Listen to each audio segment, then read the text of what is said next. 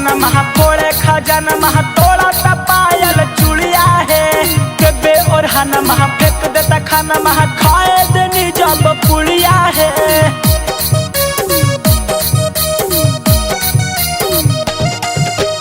हमर सजन फोड़े खजन तोड़ा पायल चुड़िया है देबे और हन फेंक देता खाना खाए देनी जब पुड़िया है। पगलाइल बाटे मुअना उ भइल जटा चित चोर रोज मारो है रतिया में कर दर्द बड़ी जोर।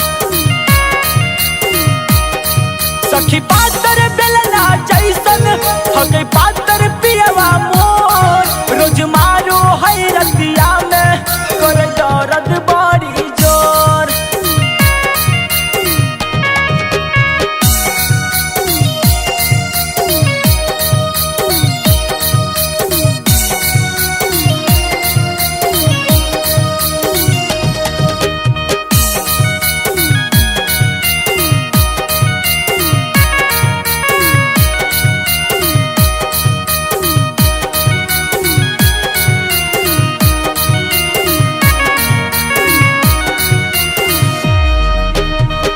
गहनमा करे गंजनमा देखल जाता रहनमा है यार सुनु टुनुमा से मिले के बोली करो है हमरो मनवा है।